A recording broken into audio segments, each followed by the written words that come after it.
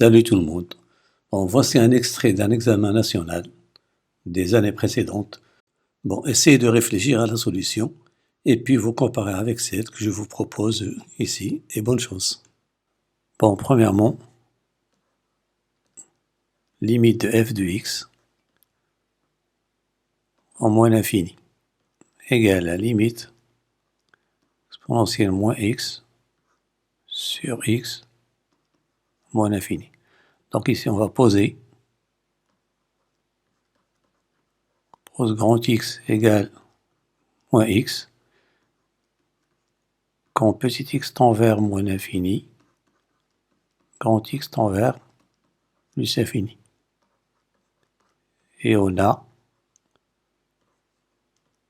limite f de x quand x tend vers moins l'infini, c'est la limite exponentielle grand X sur quand x tend vers plus l'infini. Or, cette quantité tend vers plus l'infini, c'est une limite remarquable, donc c'est moins l'infini. Pour la limite en plus l'infini, limite de f de x égale limite exponentielle moins x sur x en plus infini. Là, on va changer d'écriture, c'est 1 sur x exponentielle x plus l'infini. On sait que x tend vers plus l'infini, son inverse tend vers 0. Interprétation géométrique, CF admet une asymptote horizontale d'équation y égale 0 au voisinage de plus infini. Limite de f de x quand x tend vers 0 moins égale la limite exponentielle moins x sur x 0 moins, pardon. Il est clair que nous avons ici 1 sur 0 moins, c'est moins l'infini. Et la limite x tend vers 0 plus, ça va être la limite de exponentielle moins x, c'est 1 sur 0 plus, qui est égal à plus infini. L'équation x égale 0 est une asymptote verticale à la courbe de la fonction f. f est dérivable sur R étoile comme rapport de deux fonctions dérivables sur R étoile. Et on a, quel que soit x, partant de R étoile, f' de x égale, c'est de la forme u sur v, donc c'est u' v moins uv', donc ça fait exponentielle moins x prime fois x non dérivé, moins x dérivé fois exponentielle moins x non dérivé sur le carré de x égale, ça pardon, c'est prime, c'est moins x exponentielle moins x moins exponentielle moins x, tout sur x carré. Donc f' de x vaut moins x plus 1 exponentielle moins x sur x carré. Donc le signe de f' de x dépend de celui de moins x plus 1.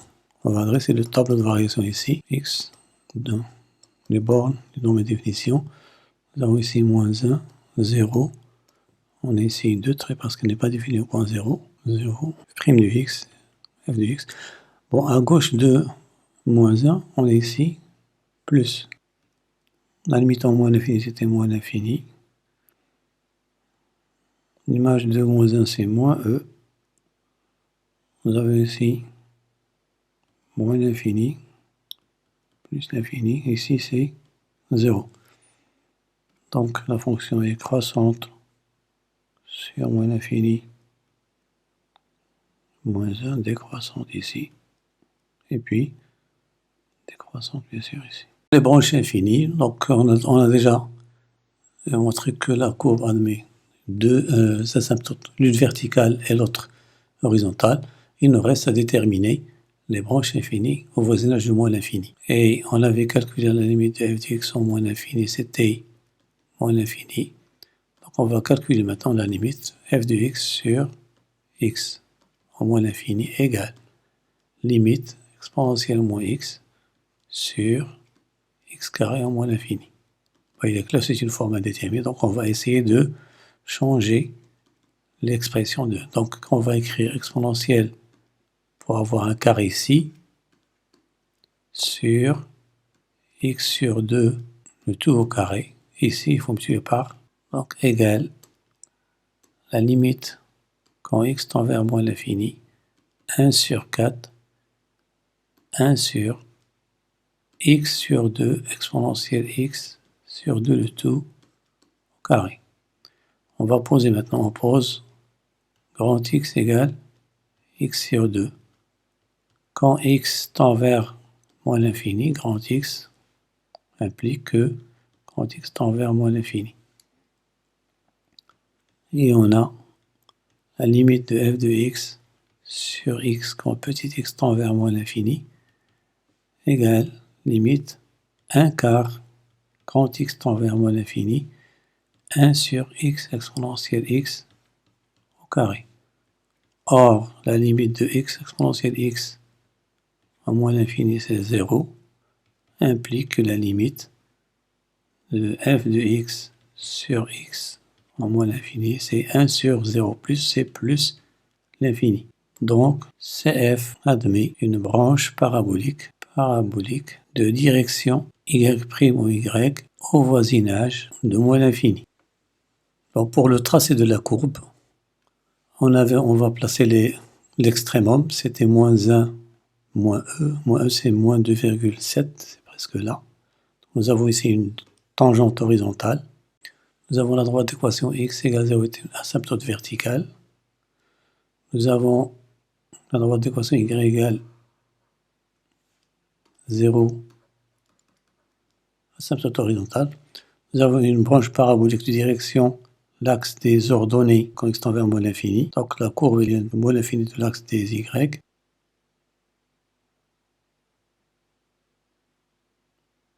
Puis elle est décroissante sur moins 1, 0. Elle va asymptotiquement. Voilà. Et puis nous avons sur 0 plus l'infini, elle était strictement décroissante. Elle vient de plus l'infini. Et elle va à plus l'infini de cette asymptote horizontale. Voilà, donc c'est la courbe de la fonction.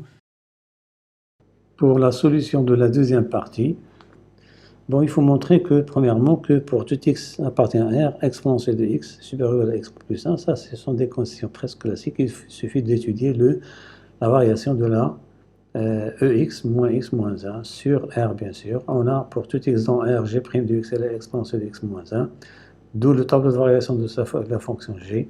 Il est clair que 0 est une valeur minimale. Donc, ça veut dire quoi? Ça veut dire que pour tout x dans R, g de x est positif ou nul. Et on remplace g de x par sa valeur. On trouve l'inégalité. Deuxième question.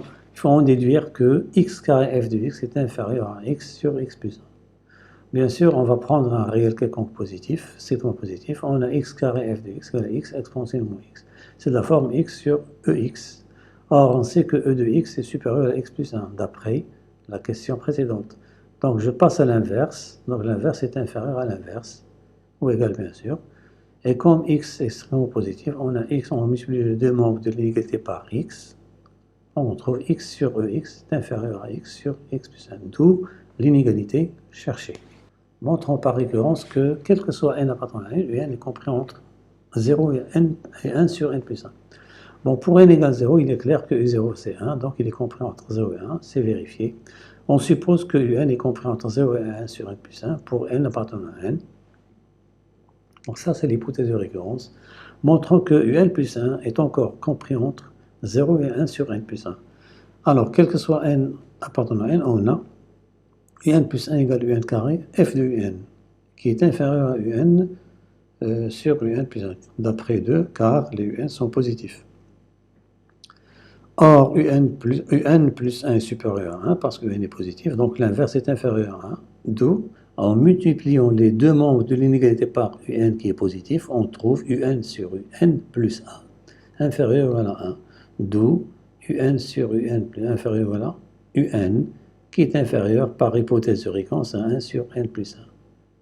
Donc finalement, on a un plus 1 est inférieur ou égal à 1 sur n plus 1. Conclusion, d'après le principe de récurrence, quel que soit n appartenant à n, un est bien compris entre 0 et 1 sur n plus 1. Petit b, montrant que un est convergente et calculons sa limite. On a un est minoré par 0, montrant qu'elle est strictement décroissante. En effet, quel que soit n appartenant à n, on sait que un est positif et un plus 1 sur n égale à exponentielle moins un. Or, pour un, on sait que un est positif, donc moins un est inférieur à 0. L'exponentielle de moins un est inférieur strictement à 1. D'où le rapport de un plus 1 sur n est strictement inférieur à 1. Comme les termes de la suite sont tous positifs, c'est une suite qui est strictement décroissante. Et comme elle est minorée par 0, elle converge. Alors, pour la limite, on sait que quel que soit n, nous avons un est compris entre 0 et 1 sur n plus 1. Il suffit d'utiliser le théorème des gendarmes. Nous avons une suite qui est encadrée par deux suites qui tendent vers 0. Donc, la suite un tend vers 0 en plus infini. Pour la quatrième question, on pose Vn égale à la somme des UK, k variant de 0 à n-1. Montrons que pour tout n appartenant à une étoile, Vn égale à ln de 1 sur un. Donc, il faut penser au télescopage. Du moment qu'il n'y a plus de sigma ici, seulement Vn égale à ln de n. Donc, c'est l'idée. Donc, déjà, on sait que un plus 1 sur n égale à exponentiellement un. Alors, quel que soit k appartenant à 0 à n-1, on a uk plus 1 sur uk égale exponentiellement 1. ln de uk plus 1 moins ln de uk égale moins uk. Et on remplace k par, c'est ça le télescopage, on remplace k par 0 par 1 jusqu'à n-1. Pour k égale 0, on trouve ln de u1 moins ln de u0 égale moins u0. Pour k égale 1, on a ln de u2 égale moins ln de u1 égale moins u1, et ainsi de suite jusqu'à k égale moins 1. En faisant la somme de tous les membres à gauche, c'est égal à la somme de tous les membres qui sont à droite. Or, la somme des membres à droite, c'est v, c'est moins vn. C'est moins u0, moins u0 plus u1 plus, c'est moins vn. Et ici, on a des termes qui vont disparaître. ln de u1 va être moins ln de u1. ln de u2, ici, il y aura un ln de un moins 1 qui va disparaître avec celui-là. Il nous reste uniquement ln de un qui est égal à moins sigma des uk k variant de 0 à n moins 1 qui est égal à moins vn. D'où vn égale à moins ln de un qui est égal à ln de 1 sur un. D'où l'égalité cherchée. Déterminons la limite de vn. On sait que Vn, c'est ln de 1 sur un. Or, on a déjà vu que pour tout n dans n, un est inférieur à 1 sur n plus 1. D'où l'inverse est supérieur à 1 plus 1. Ça veut dire que 1 sur un tend vers plus 1, parce qu'elle est minorée par une suite qui tend vers plus infini. Donc la limite, c'est plus infini. Or, la limite de 1 sur un tend vers plus infini. Donc, il en est de même pour la limite de ln de 1 sur 1 qui est la limite de Vn. Donc, finalement, la limite de Vn en plus infini, c'est égal à plus l'infini. C'est terminé pour la solution de cet exercice. J'espère vous retrouver pour un nouvel exercice, mais n'oubliez pas de vous abonner à ma chaîne et de partager avec vos camarades pour que tout le monde en profite et à bientôt.